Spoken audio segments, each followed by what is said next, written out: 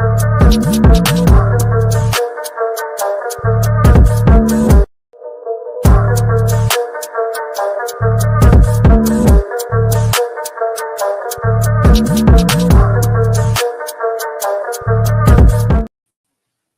going on, world? It's your boy at Big Game James _36, and this is Big Games B.S. presented by Den Media Group. Part of Den Media Group, presented by MFTtK Foundation.com. We still doing good. We about 10K short of the goal. We're gonna be raising money all the way through August 3rd. So please consider donating. I so appreciate everybody who has donated so far. The more money we raise, the more we can do, more we can impact the community, and all the good stuff in regards to that. We on Facebook too? Yes, sir.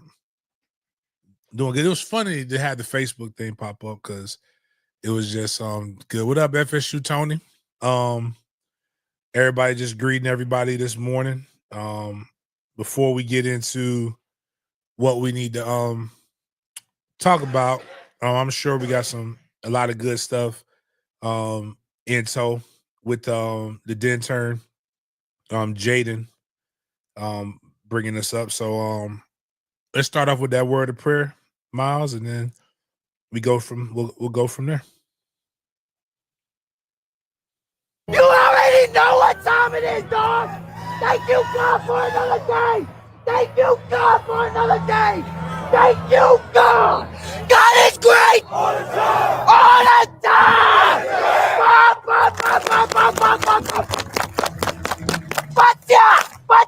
Go right. Thank you, God. Thank you, God.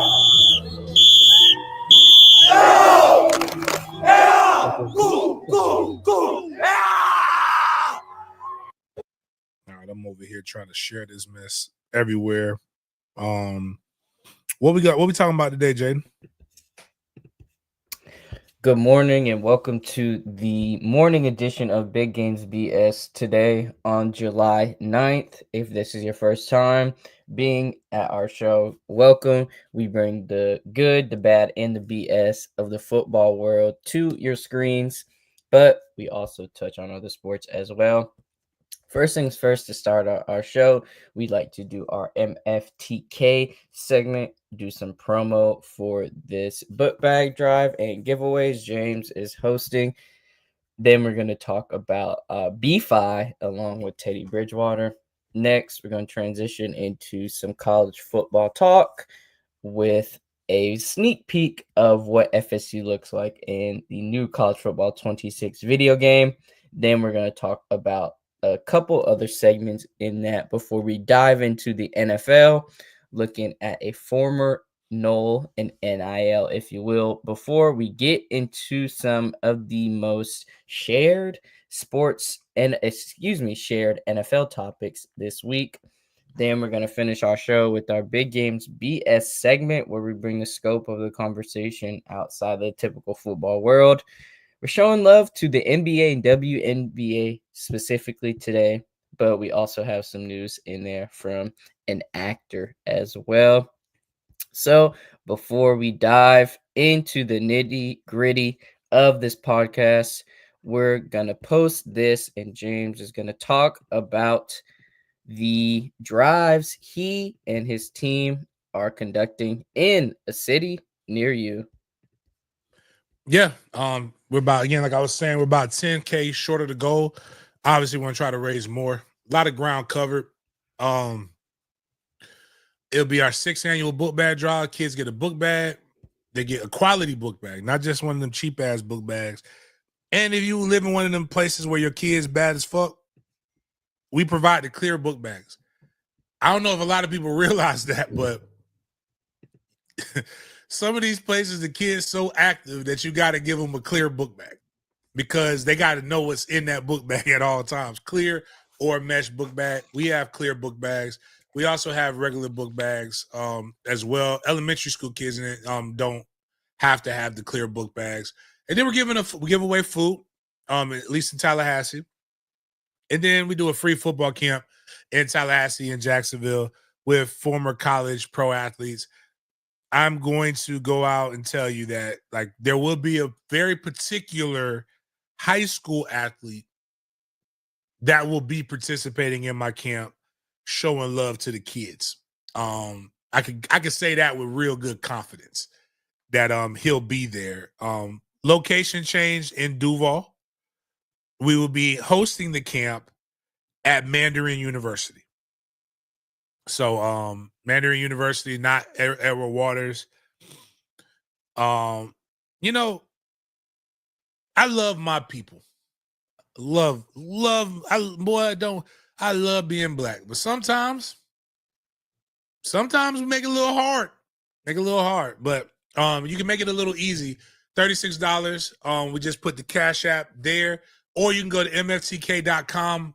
MFTKFoundation.com/donate. You click the donate tab, and it has a Stripe. We have a Stripe payment system, so you can do that.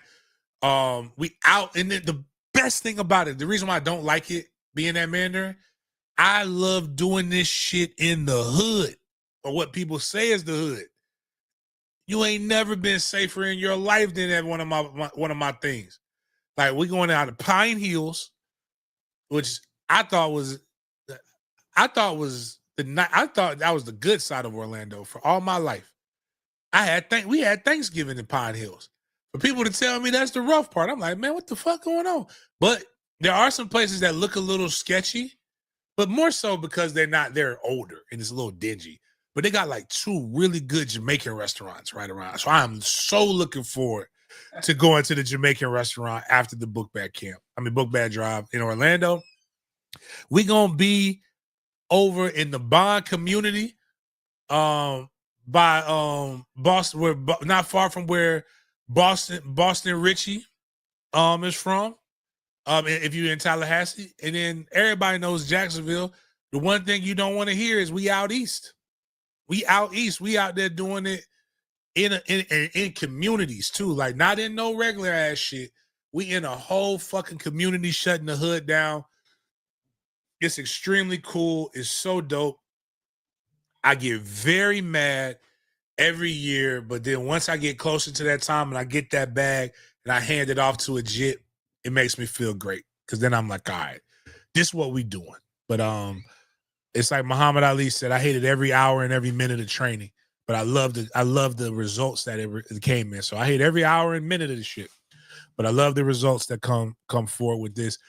If we probably will have some leftover book bags. I'm actually going to because they have the MFTK on it, I'm actually going to sell the MFTK book bags. But just remember, everything that you purchase from us is going towards the cause.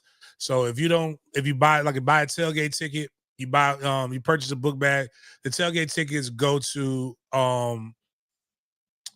tailgate tickets will go to either our Thanksgiving turkey drive, which I do plan on having this year in Tallahassee and Jacksonville, or it will go to our Gifts for Good Grades, which we've done 6 years. So these kids who get these book bags, they keep in contact with us with their grades. If they're showing marked improvement in behavior as well as grades, we will give them up to a $30 gift for Christmas. But yes, Daryl Jack, somebody asked if we are locked in on all of our dates. July 19th at West Oaks Elementary School. That's where we will be. James Coleman GivesBack.com is where you go to register to volunteer, as well as for a book bag or the camps. Or if you're on this right now, they got this newfangled thing that just came out about 20 years ago. It's called QR codes. You just put your phone over that little weird looking thing right there. And what happens is you click a button and boom, it takes you directly to the website. It is bananas. I know, but we do need you to RSVP and register if you can, because I talk a lot of shit. And when you talk a lot of shit, people start looking into you. And I don't need them people looking into me and them thinking I done raised $80,000 or whatever, and that $80,000 went into my pocket. Nah, that cost of goods and services to be able to produce it. This is where the book bags went. We want to be able to track every person that has been given. So love this stuff. Buy a tailgate ticket, buy a book bag. If go on the website, I will implore everybody, please join. If you join on the $36 a month, like on the Stripe on the website, and you can show me that, or whatever denomination we have for the YouTubes, and I'm probably gonna have to start a Discord or a Patreon eventually. Whatever we do with those, I will match that. So if you're $100 a month on the Stripe, but basically because that's what the website uses, I get more of that money anyway. If you do that, you'll get all the benefits of an all-in member. If you do 36, you do that. Whatever you get, I'll make sure you're able to gain access to all of those different things.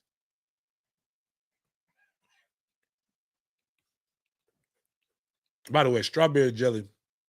I like grape jelly, but strawberry jelly is far superior than grape jelly. I don't know. I don't know. Whatever that strawberry jam is, I just put on this right here. Yeah, it's not mixable with peanut butter as well. That's peanut butter and jelly. Or peanut butter and strawberry jelly. Really? That shit fire right there. My bad. Go ahead, James. My fault. It can be difficult to take care of kids. The expenses can pile high. James can attest to this from his 7-on-7 days. And someone else can attest to this because they've been going viral for their seek of help. So Miami Northwestern head coach Teddy Bridgewater is asking fans for donations after spending $14,000 on the Bulls training camp last season.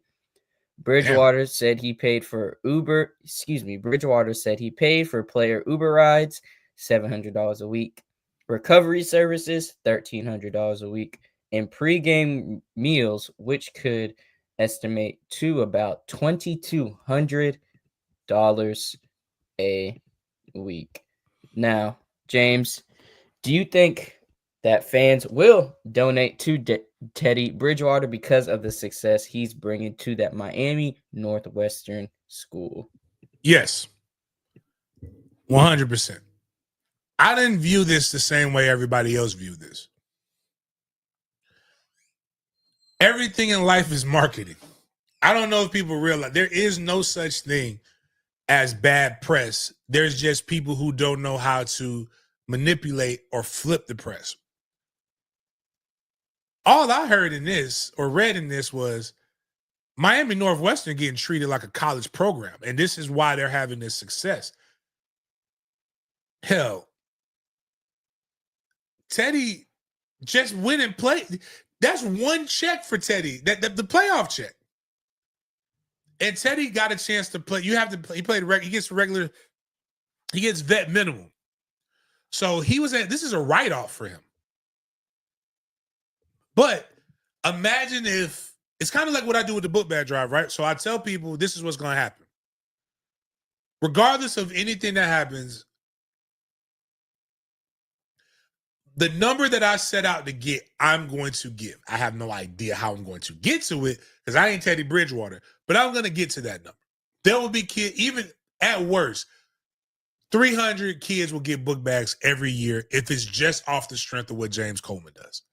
But I want other people to get involved, so I show them the product, and then it implores other people to want to come and help if they can. So Teddy's won a state championship, right? Teddy coaches Teddy's alumni, and he coaches at a school that has tremendous pride. This is why I also think Teddy Bridgewater will be coaching. Teddy Bridgewater should be the next person that an HBCU should actively go after and get. Because he is showing how to match energy. I put my money into it. We're winning. Now I need the community to back this team as much as they say they do. They've always done it because their games are sold out. Their games have 20, 30,000 people in it. You do the math. 20, 30,000 at $10 a pop. It's a lot of fucking money. This is a cash cow, especially when you can only buy tickets online now so that they can track you. So now if he could get a little bit of money put into him, and they're still able to provide these services for these kids that will probably never get an opportunity to play college ball or get a chance to know what it's like to have a recovery service.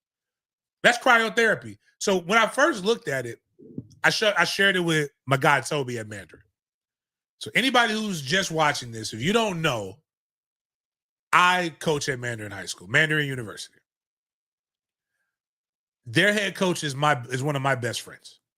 Whatever I have access to, Mandarin University has access to. So I go up and I'm like, okay, I know a guy who has a recovery, has cryotherapy. I know this. Hey, Toby, I want you to look at this. Any of this interested? First thing Toby said was, that's got to be a violation. I'm like, Toby, that's in Miami. They got their own rules in Miami. I ain't worried about none of that.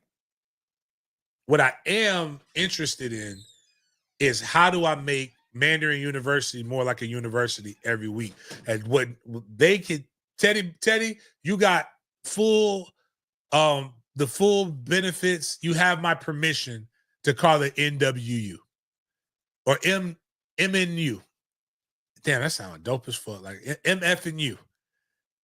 Miami Northwestern University, because that's what they get. Hell, even some colleges don't get cryotherapy and recovery treatments like that. But I thought this was dope. I think this was a great opportunity to attract some of the better athletes, not just in Miami, but outside of the city, to let them know that this is what you're doing and how you guys are rolling down there.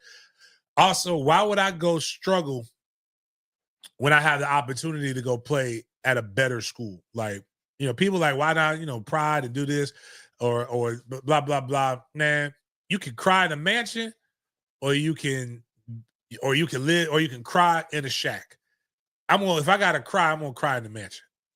And that's kind of what he's doing. He's building it up. And the black community can afford that shit. I always tell kids every day, like, don't come to me telling me you ain't got no money and you got Jordans. What you don't have is priorities. And I'm not telling you don't have Jordans. What I'm telling you is if it costs $500 per kid to run my program and you have multiple pairs of $200, $300 shoes, you can play. You can pay. And you're going to play if you pay. Or you're going to pay to play. And that's it. Especially when you're getting something. Now, if you're not getting benefits like that, I get it. But I got you want me to read off all the numbers, Jaden? Because I got the article pulled up. Or his Facebook page where he put it at. Should I read the whole thing so people can put in context? Yeah. All right. Good morning to all my Bulls and Bulls supporters. Today, I'm coming to you on behalf of the football team and seeking donations to assist our boys this season and to help me carry the load so I no longer have to take from my personal funds to keep smiles on these young men's faces and remind them that they matter. From daily Uber rides to feeding the boys, I don't know what MLK, but why did he just say milk? Now that it does make sense. I don't think milk is $1,500 a week though, but he gets them, which is, if anybody wants to know why you would give kids milk, it is basically chocolate milk is a poor man's protein shake. It gives you basically all the essentials that you need from your top protein shake, your sugars, your carbohydrates, your protein, all of that stuff. So he's providing them that. Following our morning training sessions to feeding the boys catered pasta during the season to pride sets to training camp, I cover all the expenses. So today I'm putting together my fundraising packages for individuals looking to donate to the program. You will be able to donate to my foundation personally, and funds will be used throughout the season as we get ready to crank it up. That is an incredible way to make sure all the funds are allocated the way that you want it to be allocated. Not sure how legal that is with FHSAA, but I do know this. Nobody can tell me what I can do with the MFTK Foundation except for the board members if I were to raise funds to go support local area high schools. I don't, but I'm just saying. The most recent event we have coming up is our training camp where we sleep in the school's basketball gym. Last night, we got to get spell checked, but that's okay. I love it. Costed me $14,000 to conduct the camp. So that's 4 nights, 3 meals a day from local black-owned restaurants, and a snack on some of those days. Last year, it cost me $9,500 to purchase pride sets for the players so they could look like a team. I believe that. It also cost me $300 a week to keep the field painted with lines and numbers so our players can know how to line up and execute. So what happens is your practice fields have to mirror what your game field looks like so that you're not out there freestyling. So that's not an unreasonable ask. That's not a luxury. That's a need. Also, I love what he's doing with the training camp, keeping the kids out of trouble and secure because now you can monitor them 24/7. Now, how he has a bunch of men that are willing to sacrifice their time. This is why I say, guys, y'all gotta get black. Y'all know what his staff look like? Probably blackity black. Y'all gotta stop stop regurgitating some of these lies and start looking at what you fucking see. Like, you know it's gonna be some good ass black men out of there because that's the only people that's going to, and white men too. I'm not saying that he doesn't have, I don't know, but it's a hood school. But you know people got to sacrifice their time. I can tell you who's not spending 4 nights in a fucking gym with a bunch of teenagers. I ain't got it in me, dog. Ain't got it in me. Last year, it cost me $1,300 a week to have recovery truck services come service the players the day before games. I would probably have, I would do it before and after a game, but $1,300 a week. If you've got 100 plus players, that probably sounds about right. During the season, each week it cost me $2,200 to feed the team a pregame meal. I don't know how true that is, but that's a lot of food that's eaten really, really good. Each week I spend around $700 on Uber fares. Not worried about that. It's a personal problem, but I get it. And then he said, so hear me out. This isn't a cry out for help, but more a coach seeking donations. I will post the fundraising packages I put together later today. I'll provide my foundation's bank account information later today. If Teddy Bridgewater doesn't personally approach on behalf of the football team asking for donations, feel free to do what you want. The job will get done one way or the other. This is what I like. Will get done one way or another. But to those of you considering donating, I thank you in advance. P.S. These are all things I choose to do on my own and are not requirements for the boys to have according to the rule makers and those who make the decisions at Miami Northwestern. I'm glad it's going viral. Is it an unfair advantage? Fuck yeah, it's an unfair advantage. But to quote my Marine friends, if the battlefield is even, we did a shitty job preparing the battlefield. It costs money to win wars. I love it because, again, not every one of those kids are going to go to a P4 school, but they're going to get a P4 school experience. They're going to get P4 school coaching.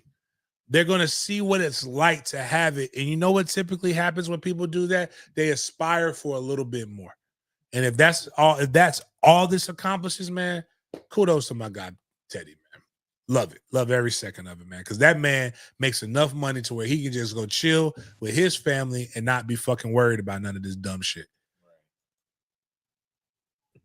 Speaking of money, James, the money is coming in for B-Fi himself. So according to On3, the elite 2028 wide receiver B-Fi, aka Bryson Wright, has inked his first trading card NIL deal with Wild Card. So there's a quote that says, quote, the 5-figure deal pays the soon-to-be 10th grader a first-round NFL wide receiver rate per autograph. I know you have the inside scoop with B-Fi and his camp, James. So what are your thoughts on him signing this NIL trading card deal as a upcoming sophomore? If you go back to that, I want to read some of the comments because I saw that one. Just scroll down a little bit.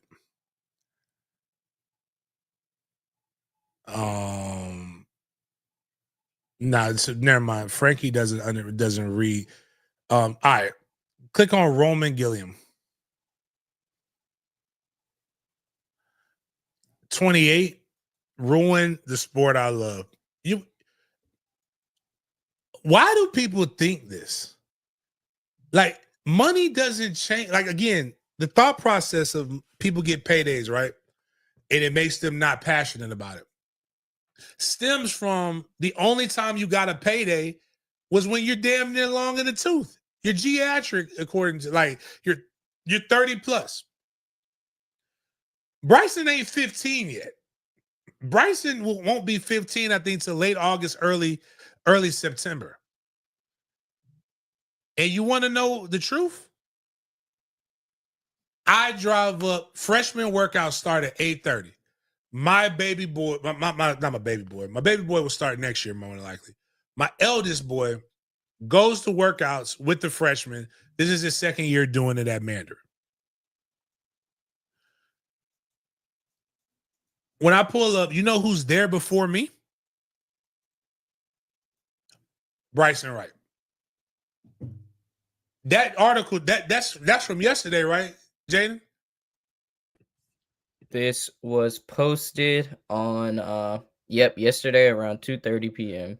So some of y'all get a little funky ass bonus from your job and you start, or in a pay grade, y'all start talking shit. He was the first at workouts today. High school don't got to be there till 9:30. Stop putting your own non-work ethic loser ass beliefs on people who actually, because in order to get that deal, he had to be that deal. I don't know if y'all, I got to do that. You ever seen the memes where they're like, stay with me now, pay attention to me now. Like that, I got to write that. So stay with me now. In order to get that deal, you got to be that deal. You have to back it up. And the one thing I say about this jit, about super jit is what we call him now. Ain't nobody more competitive than Bryson Wright that I've ever been around in my life. It's borderline insane how fucking competitive he is. So, and when I went over to him, the first thing I said was, hey, let me borrow $20. Don't say you ain't got it, because I know you got it. I know you got $20. You just got that shit. Talked to Pops. Pops was just like, oh, now I know where some of these guys get fed their information. So I know the information is pretty accurate. His agency does a really good job that he signed with for 1 year, and they're going to prove their worth. And either get the card. I know what I'm finna do tomorrow. I'm going to ask, how can I get my hands on 3 of them bitches? I need them. One I ain't gonna touch. I'm gonna put in a case, in one of them with the little lasers around it and shit. The other one, Trey can do whatever the fuck he wants to do. Play spades with it, fling it around, do whatever he wants to do with it. Because again, this kid is amazing. So it's just a bunch of losers that think that money is not the root of all evil. Again, like I always got to check.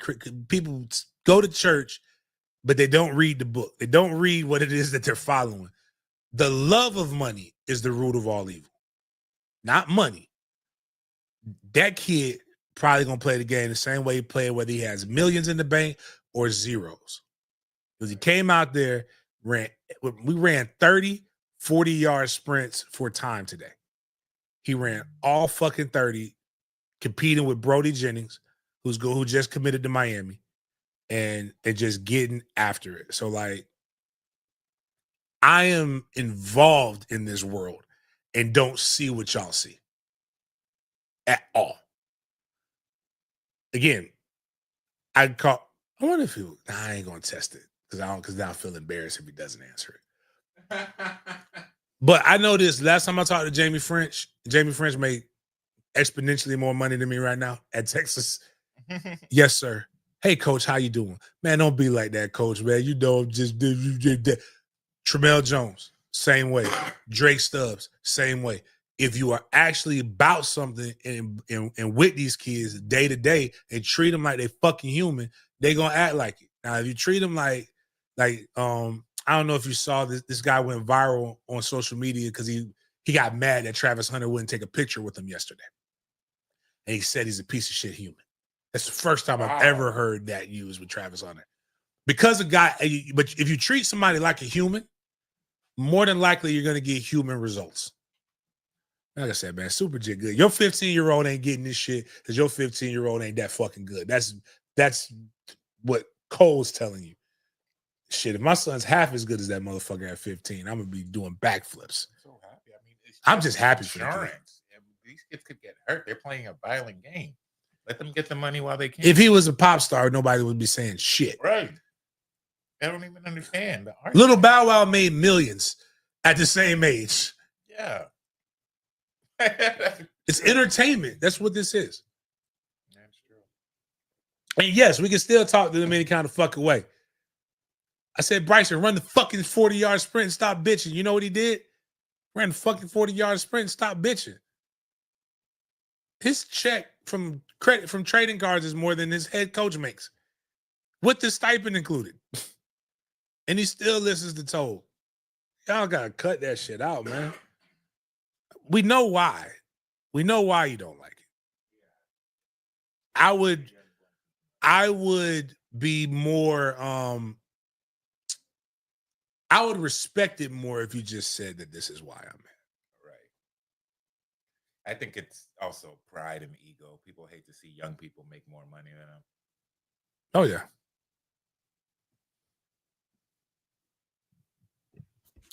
Now that we have concluded our MFTK segment, let's talk about some college football 2026. So for Seminoles fans, we have a sneak peek right here of FSU Stadium in college football 25 versus this upcoming game. You can see they added the stadium renovations in the bottom pick right there. So for the fans, just want to include this picture if you are getting that CFB 2026 game. But if you have early access, you already saw this. So I just wanted to highlight the differences in virtual differences, between the new stadium renovations for this new EA college football game. It's looking pretty nice on the college football 26, James. Looking good in the graphics. So I've only played. I haven't played. I haven't gotten that far. My third son, my imaginary son, Nolan Coleman, is currently the starter at Liberty University, starting quarterback. He is a lefty, 6'3", 225. It's not very good though. It's like it's been rough go. So we're trying to get better so we can hit the portal and he can go to his father's alma mater. Right now, it's looking like my kids are going to go on the same route as the Jennings family. Like none of them want to follow dad's footsteps to Florida State. Florida State's not recruiting them. So it's a little hurtful, Mike, imaginary Mike Norvell. Speaking of the ACC and FSU, let's take a dive into the longest conference game win streak in each conference. And FSU very, very high on this list because we had a 29 game win streak in our conference from 1992 to 1995. That's only one game short of Ohio State from 2012 to 2015, earning 30 conference game win, earning a 30 conference game win streak. Sorry for that. You also have Georgia coming in with 28 wins from 2020 to 2024, USC. Then you got some other schools in the mix below. But just wanted to highlight the dominance in FSU from 1992 to 95. James, do you think that 29 game win streak will ever be broken? No. And it's really BS. It should be more because Warwick Dutton wasn't down. When they showed we lost to Virginia. That was the first conference loss that we ever had. It would take. I mean, the ACC is too dominant. Clemson would be the only other team that I think could be able to do it, but they're going to lose a game here or there. You only play 8 conference games, so was it 8 conference games a year or 9? Yes, 8 conference games a year. So 8. Yeah, that's going to take a lot of time to be able to replicate like that. So yeah, I don't. That's 4 years of dominance, basically over 4 years of dominance, and I don't see that happening. in any conference. Because I mean, even in the big, you've got Penn State, Ohio State, Oregon. You got a lot of schools that are pretty good. And then in the SEC, obviously, you have what you have there as well. You know, it just all depends on what schedules, how people kind of, you know, duck shit, but I don't really see that happening anytime soon. Got you. Wanted to hear your opinion on that before we finish out our college football segment with this picture right here. So these are the FBS teams that play every home game in an NFL stadium. Obviously got Miami playing in the Dolphin Stadium, Pitt playing at the Steelers Stadium, Temple playing at the Eagles Stadium, going from north to south, USF playing the Buck Stadium. But as we discussed, I think it was last week, the new USF football stadium they are getting, so they'll move away from that Bucks Stadium. And then lastly, you have UNLV, who play in the Raiders Stadium. So my question to you, James, is how important is it for the fan base's culture to have their own home stadium instead of playing at an NFL stadium? Definitely, unless it's like Pitt isn't really the same as Miami or Temple. I don't know where UNLV is located in relation to the Vegas Strip, so I can't speak on that one. Pitt shares facilities with the Steelers, so that means the campus isn't far. Everything is there, but like being able to walk to your stadium from your dorm provides you an advantage that nobody else has. You also can control the ticket prices. NFL stadiums, you're paying rent, and the goal is to make money, so you have to charge X amount. So the college atmosphere, the college experience is going to class, going and checking out your favorite. College is basically just another year, another extension of high school. The whole high school experience is about going to your football games, homecoming dances, a whole bunch of other different things. This is just a more grown-up version of it. So like I love being able to go there. I don't like Miami. You have to drive to it. Parking is crazy going to the UM games. And it's just not as much fun. The only thing different is you can sell liquor. But now I think a lot of college campuses are revoking being dry campuses. So like you can sell liquor or you just drink at the tailgate and then do what the veterans do. Bring plastic liquor bottles, the little miniatures, bring them in. I can't believe we still got dry campuses. Penn State was definitely not about. We had bars next to the library. I mean, yeah, that's crazy. Across the street from the library. But Penn State is a perfect example. Happy Valley, one way in, one way out. Yeah. Clemson, one way in, one way out. I didn't realize how intimidating that was as a player because your police escorted everywhere, so nobody gives a shit. Driving to that shit 2 years ago, I'm like, yo, this is wild. It's its own city. It's not right. A college. It's a city. I used to tell guys at Florida State, Tallahassee is 3 cities. There's the campus square. And you don't have to leave the campus square. That could be all you know of Tallahassee. But once you venture out, the campus square, it is there's country-ass Tallahassee, yeah, and then there's the kind of city-ish Tallahassee, which is right outside the campus square on the south side. Or just over when you cross Basin Street, and you go into like the kind of the hood sections and everything. Where's my dad live? Your dad lives in the country. Okay. In the rich country at that. Like that's where that's still Tallahassee. That's still Tallahassee, but that ain't like really like that ain't shit like anything else in Tallahassee. Yeah. That's why when I've gone to your dad, like I ain't gonna tell you, he's like Ox Bottom. If you from there in Tallahassee, you know where the fuck Ox Bottom is. Ox Bottom sound far. Like when I was growing up, I didn't go to Ox Bottom until I became adult. And now I'm like, damn, now I get why they say Ox Bottom. This sound like it looked like it sound. It get dark out there, real dark, dangerous dark. And then once you get there, it's so far out, you don't feel like doing shit. Like it took it out of you. Like the drive literally just made you like, all right, I'm gonna go sat my ass down somewhere now. Ain't no cell phone service. No, yeah, they just now getting decent cell phone service out that bitch. But like, and I used to say Coon Bottom is Quincy area. What's it's it called? Coon Bottom. That's not real. Yeah. There's a colloquialism. Or is actually, to be honest with you, it could be a colloquialism. I have no idea. I've never been to Coon. I just know Coon Bottom somewhere in Quincy. Midway.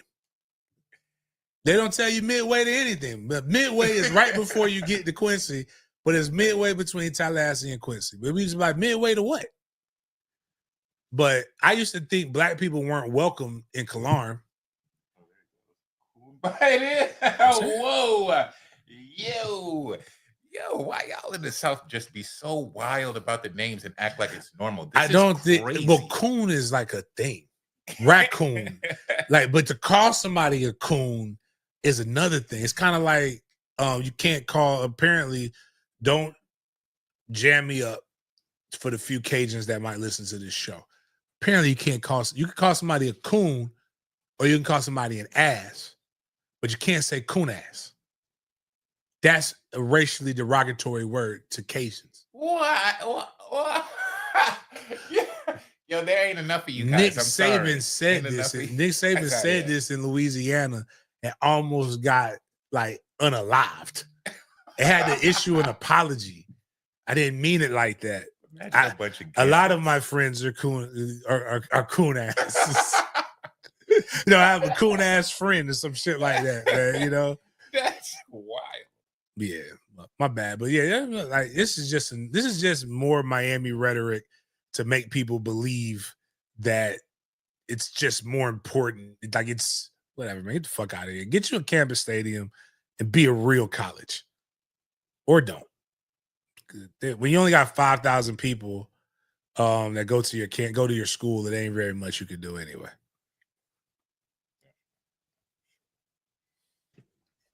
Next, let's dive into the world of the NFL. First things first, we got to start with an NIL. And if you're new to the show, NIL stands for Null in the League. So we're going to be discussing a former FSU Seminole who is now in the NFL doing big, big things. So that's none other than Jared Verse himself. So shout out to Clay Fink for posting this. I think this is courtesy of FanDuel, but Clay Fink posted this picture yesterday with the Defensive Player of the Year odds for this upcoming NFL season.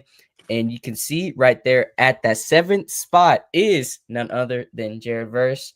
Jared Verse won the Defensive Rookie of the Year award last year, and he's currently 7th on FanDuel's list for winning that Defensive Player of the Year. So let's go down from top to bottom. Got Micah Parsons, Aiden Hutchinson, Myles Garrett, TJ Watt, Max Crosby, Nick Bosa, Jared Verse, Will Anderson Jr., Trey Hendrickson, yikes, and Jalen Carter, rounding out the top 10 players. James, if you had to pick from this list of players right here to win the NFL Defensive Player of the Year for next season, who would it be? Damn, that's tough. Which team has the most aggressive defense? The Eagles. Yeah, but I don't think Jalen Carter will be it. It'd be hard for him to get it. Yeah. I know for a fact Max Crosby's not getting it. TJ Watt doesn't even want to be with the Steelers. Yeah, that could hurt some of his stats when you see the game. I'm gonna go with the Browns aren't gonna win enough. Right.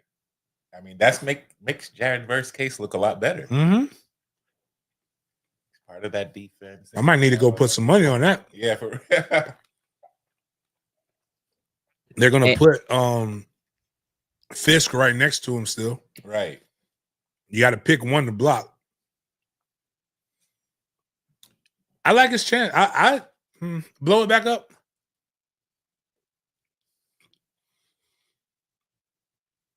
I can't go with the Texans. You know what? Make America great again. I'm going with Nick Bosa. MAGA Bosa. What's the last year? But that's crazy that so many players, so many young guys are on this list.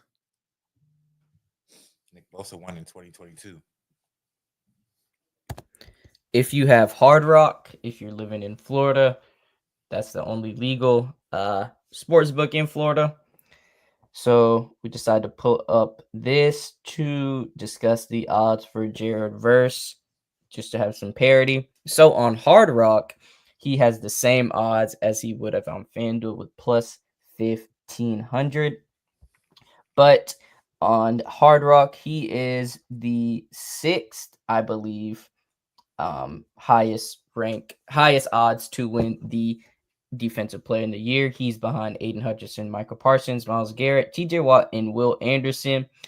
So Jared Verse has a plus 1,500 odds on both platforms. But if you wanted to pick Pat Surtain to double up, win it back to back on Hard Rock, his odds are plus 4,000. So Yeah, that doesn't happen.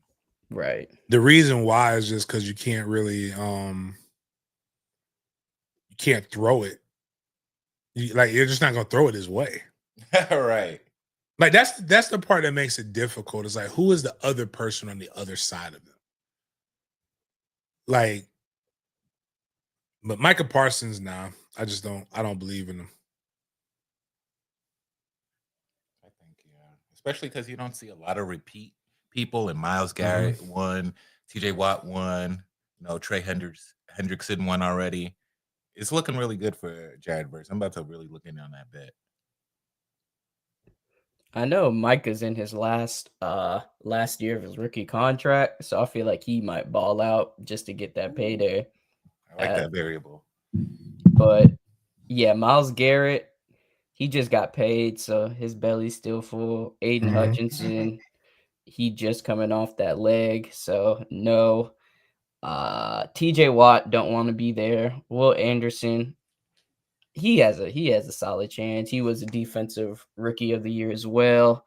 And yeah, Max Crosby, nah. Trey Hendrickson don't want to be there. Yeah, I honestly, Micah has a high shot for me, but who knows? Who knows, man? Who knows?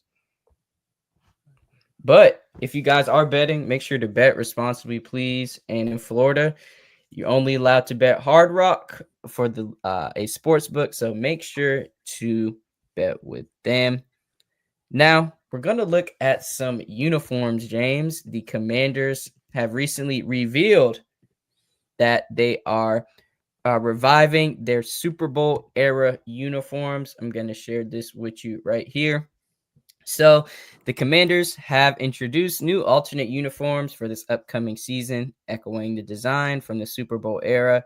These throwbacks, which include a nod to the team's history, but not the classic W helmet logo, will be showcased in 3 high-profile games against the Seahawks on November 2nd, the Broncos on November 30th, and the Cowboys, America's team, on Christmas Day, which is streaming on Netflix. There's been a lot of high praise for these uniforms, so let's share them with you right here. So right here, this is what the Washington Commanders posted 3 hours ago, saying, weaving past and present, we're adding back the Super Bowl era threads to our uniform rotation. Got some more pictures for you right there.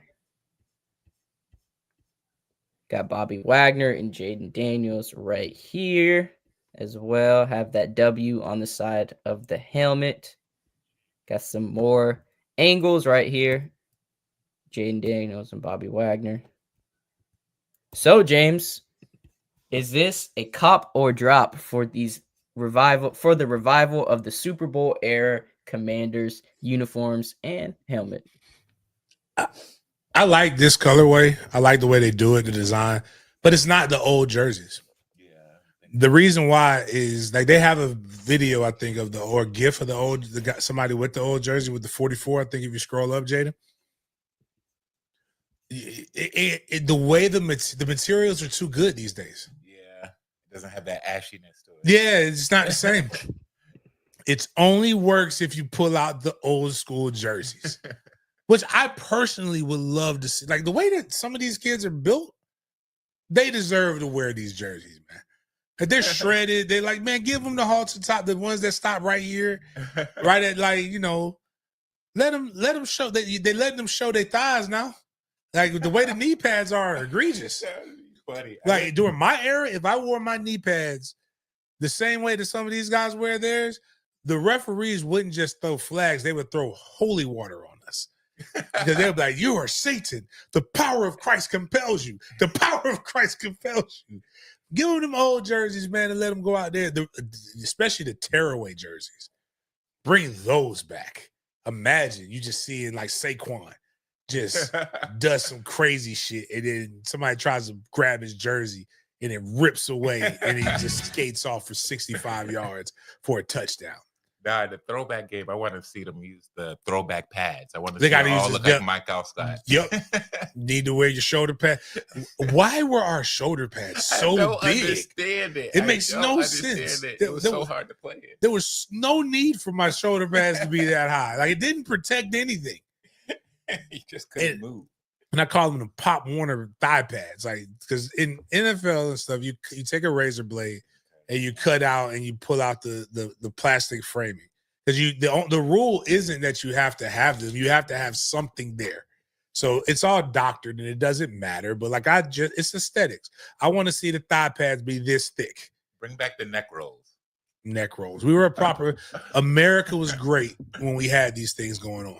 Like now that we don't have these things, we've gone and become pussies. It's probably not an option in NCAA. Have you seen it? Remember when you get to edit your character, you can put in the neck roll, you can put in No, there's neck rolls there. Oh, okay. Neck rolls there. But now that you're mentioning it, I'm going to go watch to see if I can go change my thigh pads.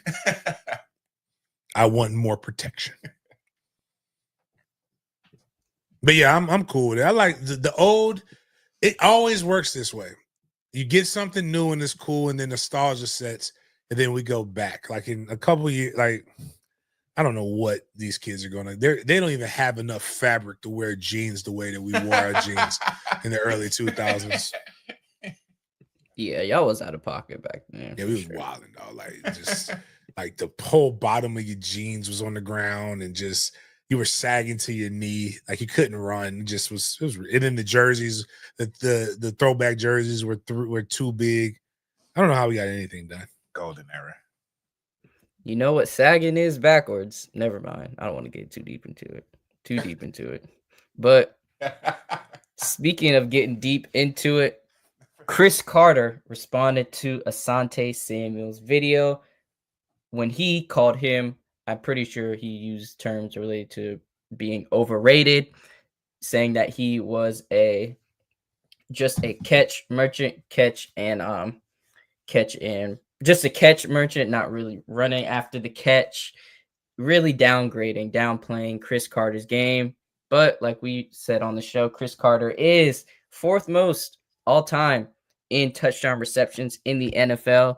So let's see what Chris Carter had to say in response to Asante Samuel calling him out. Let me know if you guys can hear it too on your end, James. To Asante Samuel. Well, number one, you got to point out the things that were correct. Yes, I was a possession receiver. Absolutely. But the best possession receiver in the history of the game. Mm-hmm. That's what the numbers say. Mm-hmm. So there's nothing wrong. I don't take it as derogatory when people say, "Oh, you're a possession receiver." That's fine. Right. But all right, who did it better? Mm-hmm. And there's so many fast guys that can't score the football. So to me, someone, what are you worried about? Well, you're worried about me scoring. 130 times. Yeah. High school, I scored a lot of touchdowns. College, scored a lot of touchdowns. They're just now breaking my touchdown records from college. All right. And Because they got some real dudes too. And it's obviously after 23 years away from the NFL, I'm still fourth in touchdown.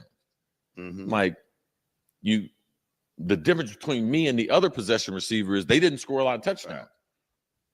You know, so yeah, there's a lot of guys that catch balls, not 1,000 balls. You know, so for me, Chad Johnson scored double-digit touchdowns one time. In his 11 years, he scored double-digit touchdowns. I think I scored six times. So scoring the football is the number one play as a receiver. Correct. All right. No, I was not a burner. I ran 4.6, 4.65, but can do it every single day. Can do it for 4 quarters and consistent at it. Correct. And didn't get tackled on the spot every time 130 times. You're in the end zone. Well, I mean, Scored a lot of touchdowns. It is what it is, man. I mean, you So can't got no dispute problem with that. what he said.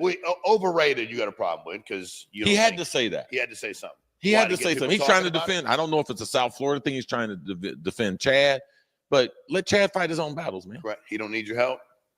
I mean, he obviously needs my help because they are what they are. I didn't say Chad was overrated. I said Chad wasn't a Hall of Famer. Correct. What if Asante Samuel was covering you?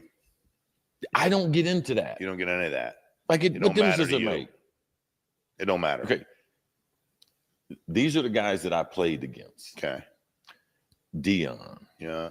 Darryl Green, Aeneas Williams, Yeah. Hall of Famer. Rondé Barber, Mm-hmm. John Lynch, Yeah. Aeneas Williams, Said Aeneas good, so good he said him twice. Charles Woodson, Leroy Butler. That's 8 or 9 guys in the Hall of Fame. Damn, and the video worked fine today. And that's not including Rod Woodson, Champ Bailey, is what you said. Shit. One of the things that we have a problem with is everybody's a GOAT, right? And it's offensive when you say that they're not a GOAT. Or a Hall of Fame. Hall of Famers should put you in the conversation of you're a GOAT. But even Dion said that there should be another room for guys like me. And no matter how you feel about him, he's right. And the first Chad, I didn't know why he attacked him. I just thought it was just random. Yeah, me too. I didn't know it had anything to do with It's even more of problematic of OG's wilding that you're defending a guy who could clearly defend himself. Right. It's not that Chad Johnson wasn't good. Chad Johnson was extremely good. But he's not a Hall of Famer. Section 87. I always say 87. It's 88, right? Jaden? No, he's 8'7". Yeah, he's 8'7". So it is 87. So section 87 is a hell of a wide receiver. Damn, really, if we're arguing who should be in the Hall of Fame over who, Reggie Wayne is clearly, from a career perspective, had a better career than Chad Johnson. Was he more popular than Chad Johnson? No. Chad Johnson and Terrell Owens were two. Well, Terrell Owens, my bad. Let me rephrase that. Actually, no. That's probably really where the friendship of those two competing with each other probably puts us, like, we sit back and we think that they're on the same level, and they're not. Terrell Owens was dominant, clearly. Chad Johnson was dominant in spurts, and Chris Carter respectfully brought up things that you have to argue. Did he say he had double digits once? Yeah. He's like, all I did was score touchdowns. Like, I'm number 4 all time. It's like, all I've done my whole life is score touchdowns. And I think that's kind of where we got to kind of stop jumping in to defend people and listen to what is being said. And that ain't no hater shit. That's just somebody brought it up, and he's like, he's not on my level. He's not on a Hall of Fame level. And that does not mean he wasn't a good player. Anybody ask me about, again, much smaller scale, right? Anybody ask me, James, you're one of my top 5 favorite fullbacks, top 5 fullbacks for Florida State. I tell you, you're crazy. And I could name you 5 guys that I think are better than me. Doesn't mean I wasn't good. It just means those guys were really fucking good. Even though Bobby said I was top 5, that makes me, nobody can take that from me. But even I think the old man lying. I'm not on the same, I shouldn't be mentioned in the same breath as William Floyd, bar none. That doesn't mean I'm not good. It just means bar none is that motherfucker. It's a lot of guys that I feel like that are like that. Dane Williams, motherfucker, like that. Matter of fact, they were trying to get me to break Dane Williams' touchdown record when I was there, which is fucking impossible. The motherfucker scored all the goddamn time. He scored damn near every game. It's just, again, sometimes, but I think once you're done, there's nothing wrong with having humility and still knowing that you were that motherfucker. Because, again, write this down. If I got to go around telling you I'm that motherfucker, you know what I'm not? I'm not that motherfucker. And that's it. But Ocho is good. But Ocho also was one of the first guys that knew how to use the fine system to be able to get talked about, to be able to do a lot of different things. And he was cooking. He was cooking DBs during when he was at his peak.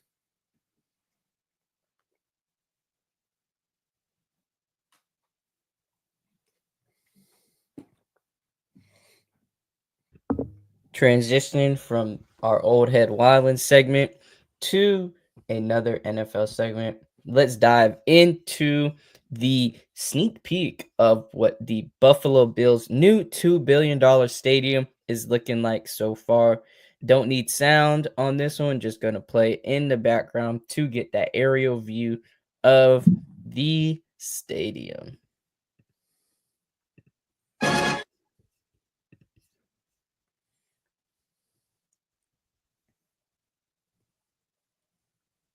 That thing's gonna look nice.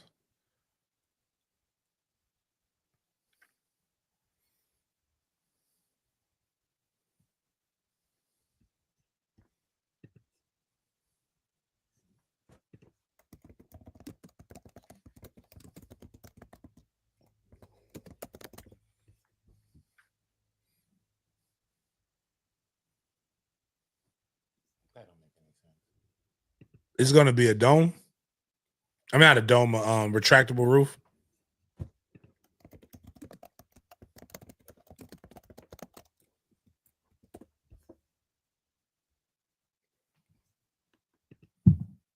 Oh no! Oh, so it's a covering. It's an awning, so you can still get all the benefits of playing in Buffalo, and as a fan, still be kind of warm.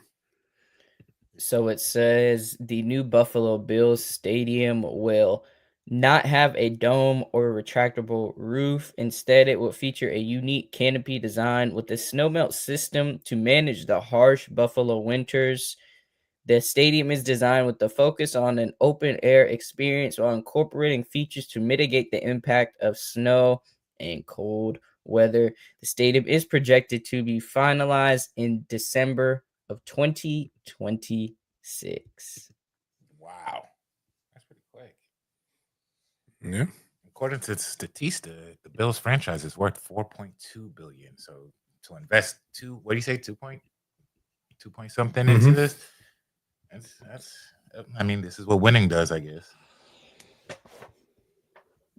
I mean, even if they sucked, You think the people would be? It's purely politics at this level. Like the people are getting taxed for this. Right, that's what I'm saying. But they're like, willing to pay for it. Yeah, what is the salary cap numbers now? Hold on. All right, so just 2025, it's $279.2 million per team, right? You know what? Let me see. They already kind of know what it's going to be. Oh, it's NFL salary cap. Let's go 2030 if they have it. All right. Estimated NFL salary cap for the year 2030. This is crazy to think about, though. So I'd say 229 million per team. 79. 449.6 million Damn. per team is what it's estimated to be in 2030. 5 years. So so that means 2031 is going to be half a bill, right? Do you want to be responsible for losing $500 million in taxable income? Right. And that's not including the GMs, the presidents, the other execs, all of the other stuff. This is why NFL teams get what they want. Just on player salary. They have, like, that's homes being bought in that area. That is revenue being potentially spent in that area. That's not including the people who come out of town to watch these guys participate in different things. That's just what those guys make in the last quarter, basically. The last 2 quarters of the 6 months out of the year, you know there's going to be $500 million in your city by one organization. I'll answer the question for you.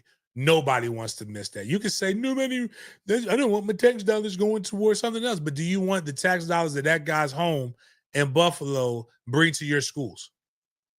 They don't get to, like, you don't get to pick and choose this shit. This is how the game works. You either participate in it or you get ran over by it.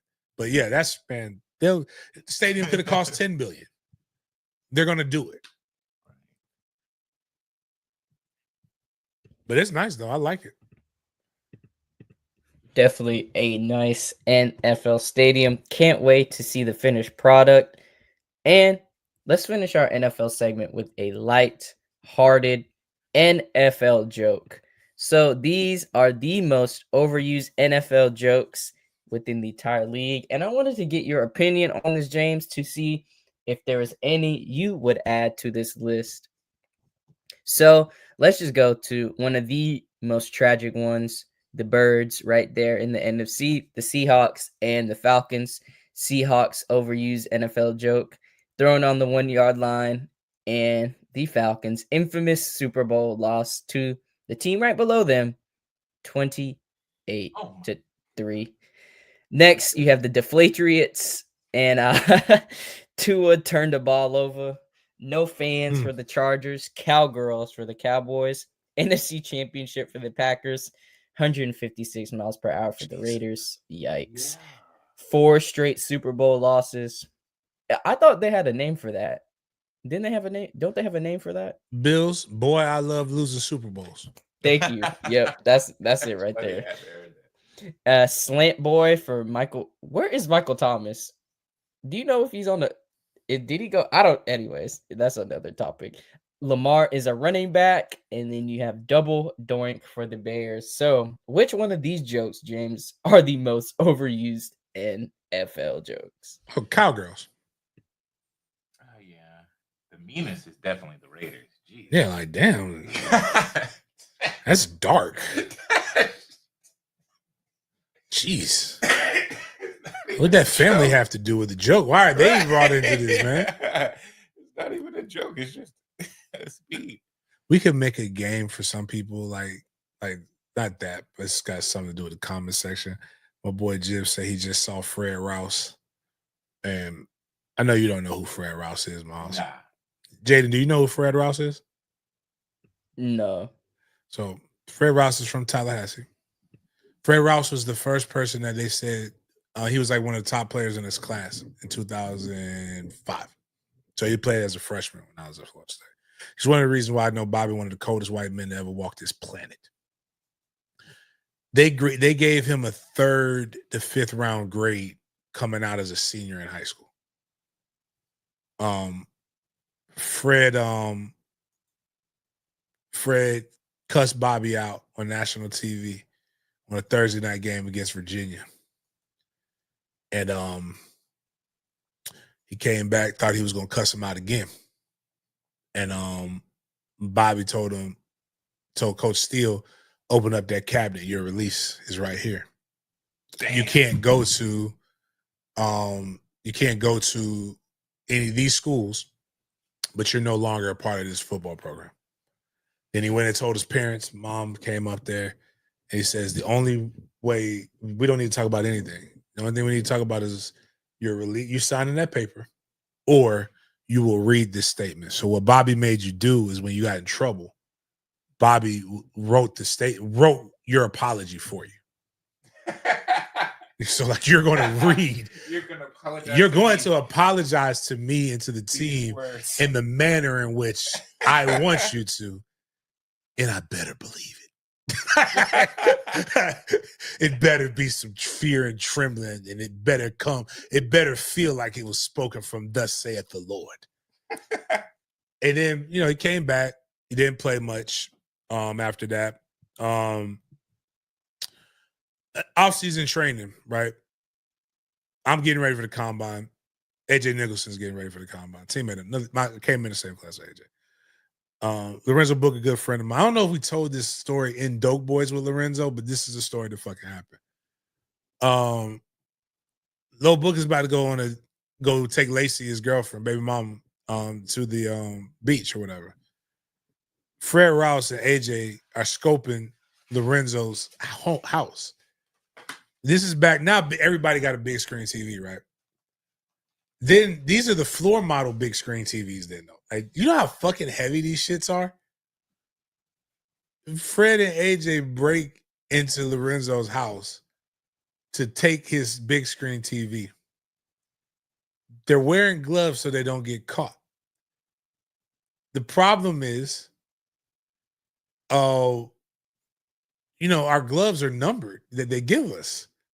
So like all my gloves have number 36 in them at Florida State. So if you ever found that glove, a gray glove with 36 is belongs to James Coleman. Man, not Lorenzo. This motherfucker Fred Rouse wore number 1. This bitch leaves a goddamn glove at the scene of the crime. That man, I think Book called me before he called the cops. He said, James, you ain't gonna never believe this shit. He said, this motherfucker think he O.J. Simpson or something. It was the way he said that. He think he O.J. Simpson. I was like, yo.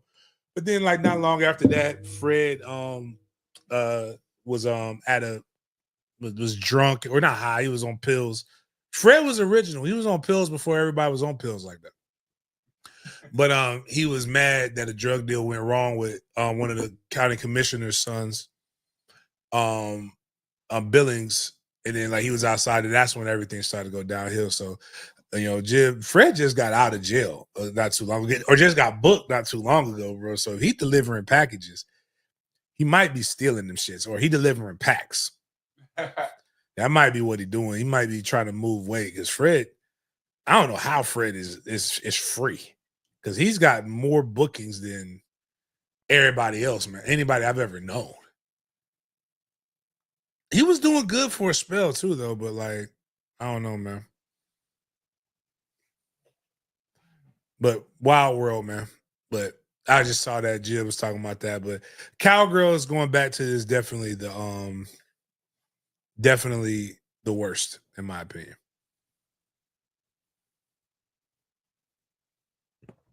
Definitely got to agree with you on that one. So that leaves us here at the intersection of Big Games BS. Gonna take a dive into some news in the sports world that's outside of the typical football realm and showing some popular culture news as well. First things first, we're gonna play 2 quick games of Cop or Drop, James, and this is from the ladies. So these WNBA players have debuted some new shoes, and I wanted to see if you would cop or drop. Starting with Asia Wilson. She endured an injury last night against the Liberty, so wishing for a speedy recovery. But she debuted her Nike A1 inspired by Susie from the Rugrats. Go back. Susie There ain't no purple in there. I know. I don't even. I was gonna cop it, but then you said Susie, and I'm like, yeah, I fucks with Susie, but like that's dope.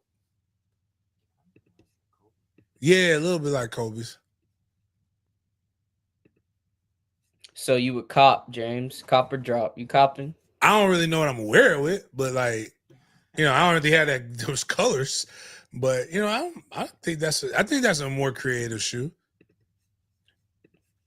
So we got the Bayou Barbie next, Angel Reese. So she and Reebok unveiled her highly anticipated first signature shoe. That is the Angel Reese one. Bro, I ain't even gonna hold you, dog. I ain't looking at them damn shoes. Oh, okay. I'm a here. Let me do this then. I'm looking at everything else. I'm looking. Oh, all right, okay. Now I can see. Fuck no, I'm not buying that shit. That So shit looks terrible, man. These are the Diamond Dust colorways from the Angel Reese ones, a Reebok exclusive signature shoe. Oh, I've seen worse shoes. I have the Stephen the Currys were worse, but this isn't gonna compel me to buy Reeboks. I don't. It's the shoe game is a tough game to be in right now because we just said the one looked like Kobe's. I don't know what that looked like, but I don't like them, and it's kind of like the shoes that changed the game that made everybody buy them because they were creative and they were unique. I would not train in them, but they were lightweight. The Yeezys, right? Terrible athletic shoe. Cool as fuck when you look at it though. I like the Pharrells. I haven't worn them in a while, but the Pharrells I think got popular because they look like the Balenciagas that look like socks. So I was, which were kind of like the Nike. People don't know about Nike Prestos back in the day. I'm throwing it back here, but Nike had a shoe that was like a slide shoe too. I got a lot of different J's, but I like Jordan 1s because I like Air Force 1s. I like Jordan 4s. Now here's what I would do if I were in her situation, right? And I was doing Reebok and Reebok's trying to get that nostalgia back. I'm taking the answers and I'm making a shoe based off of Allen Iverson's old shoe. I'd buy those because I liked Allen Iverson's old shoe. Like that's really what they should do is take some of the old shoe, like the Barclays with Nike, the Pippins, the Gary Paytons. Like you gotta. I come from the East Bay catalog era, dog. Like you can't tell me shit about shoes, dog. Like it's a whole bunch of shoes that I wish I could get that aren't even popping no more that Nike could release today, and I would go cop all of those in different colorways. But like I like Jordan 1s, Jordan 3s, 4s, 11s. If I'm trying to think of, I got a couple pairs of 2s. But like if it's not those, I'm probably like not buying the shoe in general. I like Gangsta Reebok. I came up with Reebok, the Reebok Classics. They just gotta, all of these guys gotta get, these shoe companies gotta get back in the bag.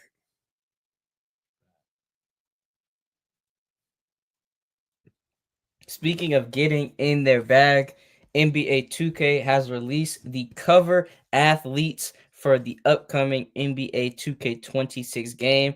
And our girl, who we were previously talking about, made the cut. But let's backtrack first and foremost. So, Shai Gilgeous-Alexander is the NBA 2K26 Standard Edition cover athlete, the reigning NBA champion, Finals MVP, and scoring champion of the league, has graced the cover of NBA 2K26. So shout out to SGA. For the Superstar Edition, Carmelo Anthony is the cover athlete right here. Last but not least, for the WNBA edition, Angel Reese is the cover athlete for the WNBA edition. So with those three athletes, Now you have the Leave No Doubt edition, with the 3 cover athletes on here: Shay, Carmelo, and Bayou Barbie herself, So Angel it's not Reese. it's not Mel Gibson. It's not. Damn. And it's like they're looking at numbers and not just angry people on Twitter. Like it's almost as if they have research and development and everything isn't just about being woke, and that they know the people who are going to buy this video game are more apt to buy Angel Reese than they are the sexy llama than they are Mel Gibson.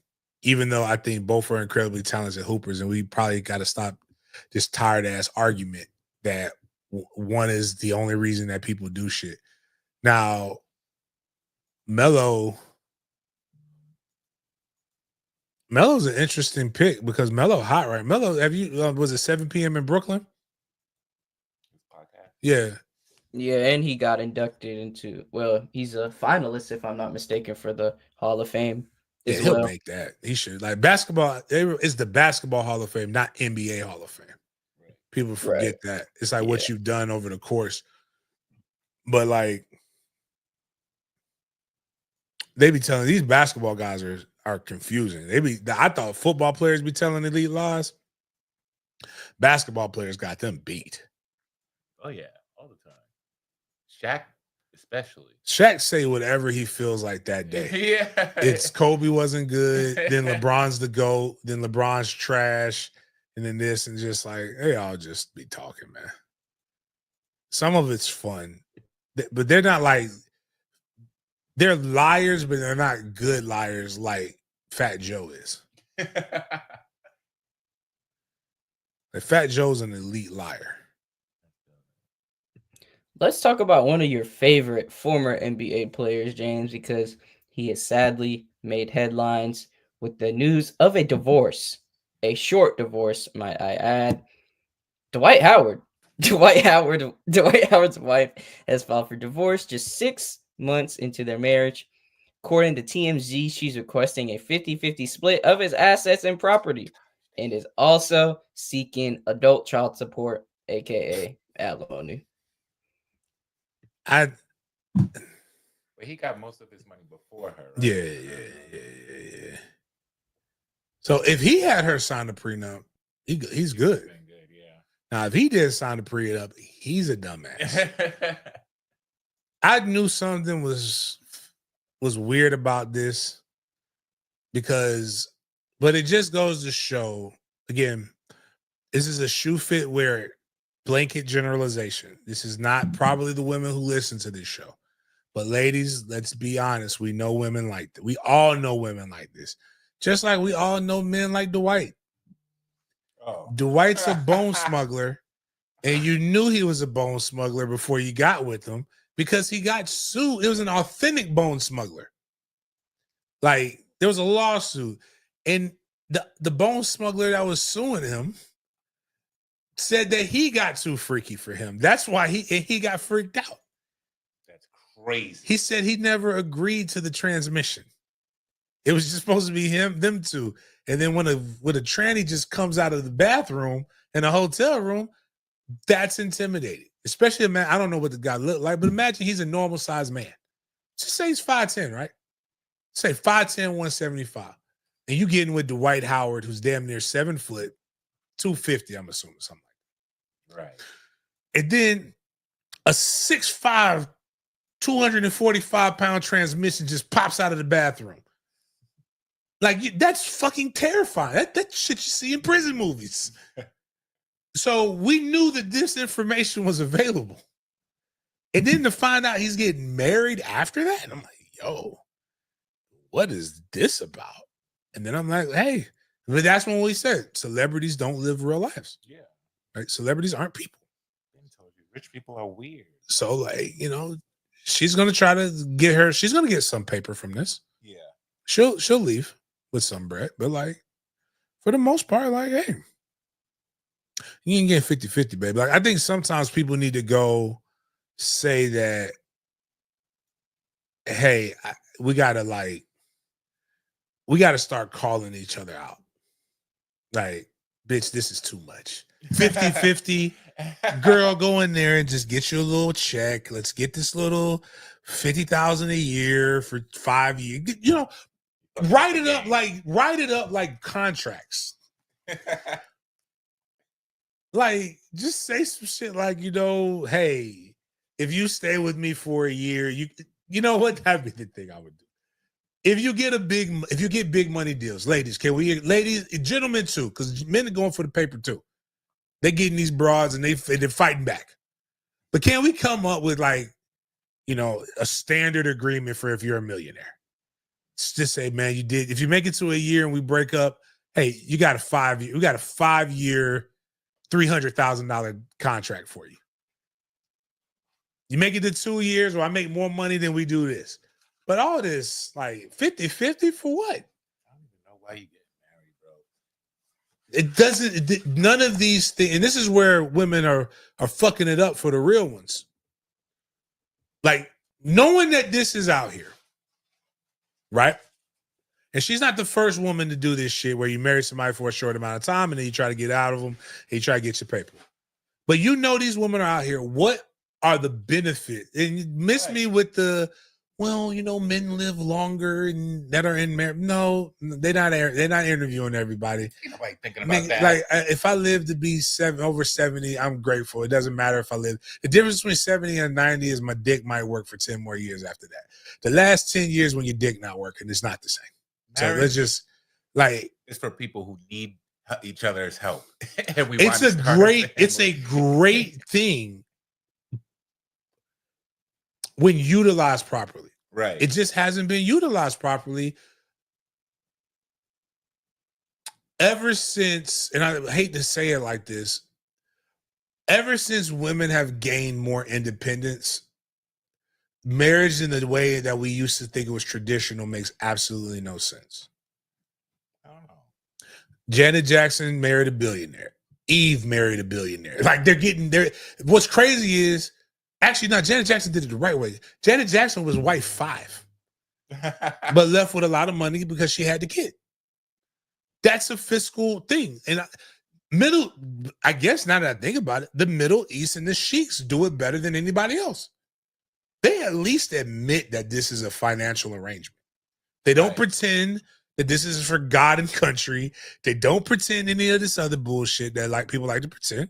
Hey, I need some consistent pussy. And I need something for looks. You check the things, like, the marriages that actually used to work or that still work, the highest probability are the arranged marriages.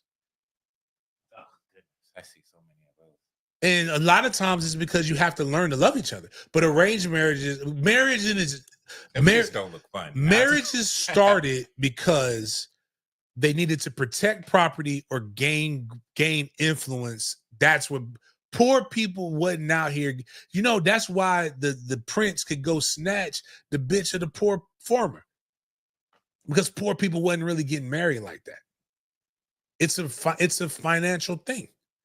So if you can't make me better, I ain't finna marry you, man. Bump that. It's a bad contract.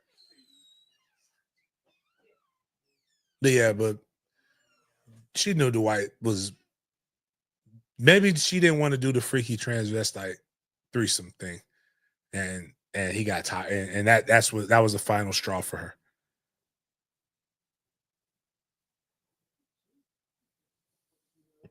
So to finish off our show for today, we're gonna conclude this episode with a somewhat shocking headline. So if you're different strokes fans, they should pertain to you. Gary Coleman's ex-wife fails lie detector test about his fatal fall that resulted in his death. So that's his ex-wife right there, Shannon Price. Yikes. Anyways, she is hideous. I'm sorry, man. I don't care if he's a midget or not. Oh my God. Why did you zoom in on the gums? The gums were already wow. How you have big teeth and gums? Big gums. That's crazy. All right. Well, So she being Shannon Price, his ex-wife, took a polygraph test, aka lie detector test, to clear up any lingering suspicions that she was involved in her late husband's death. So if you guys did not know, in 2010, Coleman died after falling down the stairs at his Utah home and hitting his head. And many have wondered what really happened. So, in what seems to be an attempt to clear her name, Price took to the polygraph on AE's lie detector, Truth or Deception. In a clip ahead of the show's premiere, former FBI agent and polygraph expert George Olivo tells Price that she failed two important questions relating to Coleman's fall. Quote, the exam had to do with Gary's fatal fall. Olivo tells Price in the clip, I asked you the following relevant questions on this test. Did you physically cause Gary's fall? You answered no. I also asked you, did you physically cause Gary to fall that day? And you answered no. And the results are that you failed the exam with deception indicated to those relevant questions. That's the clip right there. Don't want to play it because it just oh, describes so what I she just is said. white. Yeah. I thought she might just be high yellow in that with the red hair, but I also was caught off guard by her teeth. So I don't know. I don't want to see her in real life. So Olivo said, there are two things I know for sure. One, you were not completely honest with me yesterday during the polygraph session. And two, the other thing I know that's 100% certain is that there's more to this story that hasn't been told. So Price responded to the polygraph test in a statement to the outlet saying, quote, we were extremely disappointed with the overall experience of both the polygraph testing and dealing with A&E. Many promises were made and not kept. The testing situation was unfair and very uncomfortable, and the testing was performed non-verbally, which I should have refused. From the beginning, it was apparent they cared more about ratings than finding the truth. One, there's one of my favorite Oh my God damn it, goodness. Jaden. What the hell? Jesus. Just it's right in my left eye. That don't make no sense. This man's a millionaire. I don't even know if I could prove it. Now it's just more acute in my right eye. Hold on. That's better. That's better. Okay. Oh, yeah. Oh, I thought it was Idris's. That's Oh, okay. you thought that was Idris's only? Hell no, I man. was like, yeah, what the? Man, Idris might have done some sim shit in his life because he's talked about it. Idris can pull any woman he wants. That's why this was crazy. One, he can talk like Stringer Bell, or he could talk like Idris. Just like a bloat, it's so polite. We're so British and blah, blah, blah, blah, blah, blah. Beans, and I eat baked beans for breakfast. And for whatever thing, women love that shit. All right. So polygraph test, god damn. She's ugly in my blurry eyesight. That's crazy. Oh man. Hey. Eric wants you. Oh man, Jesus, KJ, what the fuck, man? He's like, I know where to find these things. Fuck these kids, man. The bitch gonna come ask me for some shit. He's like, I know where you at. Whatever, man. Fuck, made me lose my train of thought. This is why I gotta ban kids under 18. Okay. Polygraph tests are supposed to pick up your nonverbals. That's how they tell if you're supposed to tell if you're lying or not. With one of my favorite movie franchises is the Oceans franchises. And they show one of the things of how he could pass a polygraph test. And the key is to be the same the entire time through the test. So they put a nail in his foot, like a little nail in his shoe. And so they said they have questions that they're going to ask you to where they want you to feel like you're lying. Like they want to know, like they think that this is the tough question where something should change. They're going to ask you, like, what is your name? Don't step on the nail when they say what your name is. Oh, excuse me, no, step on the nail when you say what your name is. My name is James Coleman. Same reading. And then now then you're saying, did you push Gary Coleman? No. It lifts up, but like you're literally, it's not fluctuating and changing. And they're like the things where it shouldn't be this marker. You say that because if you're nervous, it will naturally affect those things. Or if you feel bad about how that situation happened, you're going to naturally say, so like, yeah, there might be more to the fall.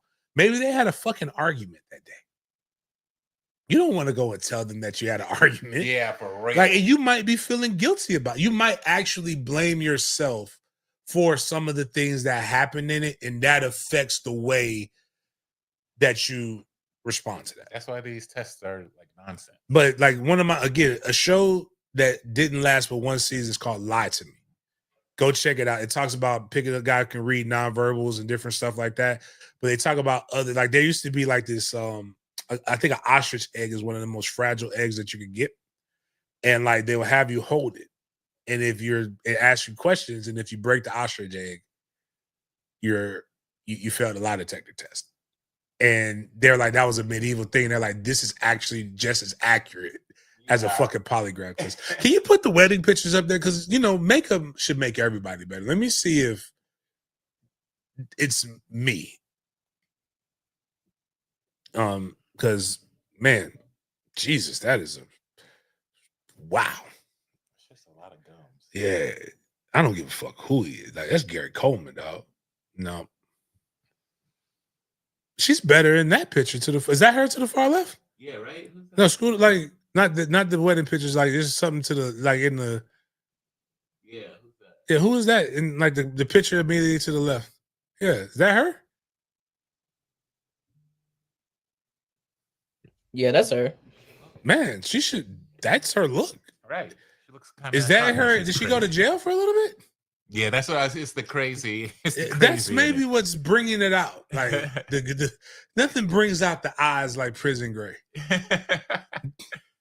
But nah, that's oh damn, man, her teeth the same height as him. That's wild. She may have some looks, some poses. Yeah, I'm sure.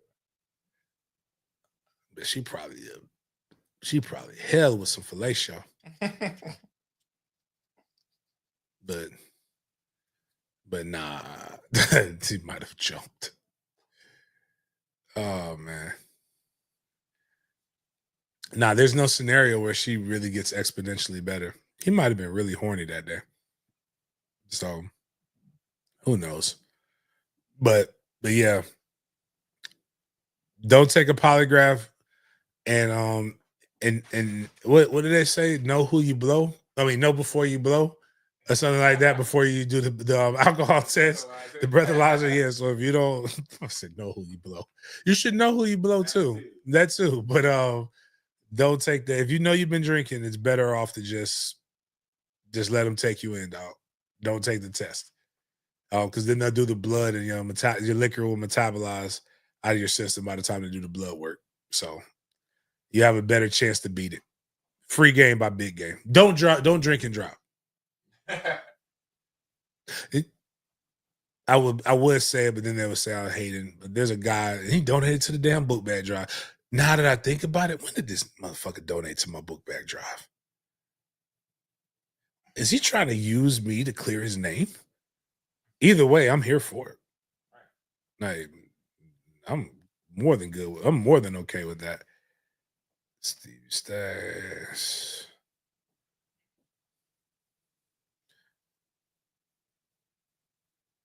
No, he must have donated before that.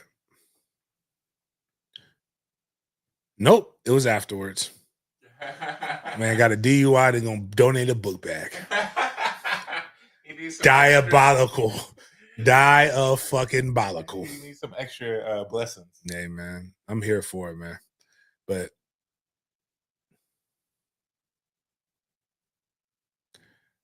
that was the last thing, Jaden? That was the last thing on our program, James. So any last words to the fans as we conclude today's episode of Big Games BS? Nah, man, just, remember we got the book bag drives trying to raise 10,000 more here between the three locations. Orlando, July 19th, Tallahassee, the 26th and the 27th, Duval, August 2nd, August 3rd. We're doing these different things. Go to MFTkFoundation.com/donate if you would like to use a credit card or your debit card through Stripe. You can go $MFTK36 if you want to be able to donate a book bag or whatever monetary coins you have towards some of these young guys getting after it. Tailgate tickets are up as well. You can get those. I just talked to Pete today. We're going to really be making this big push to continue to get guys to do these different things. Outside of that, I appreciate you guys for chopping it up with me. I'd tell you to smile, but if you look like Gary Coleman's ex-wife, keep that shit to yourself. Peace.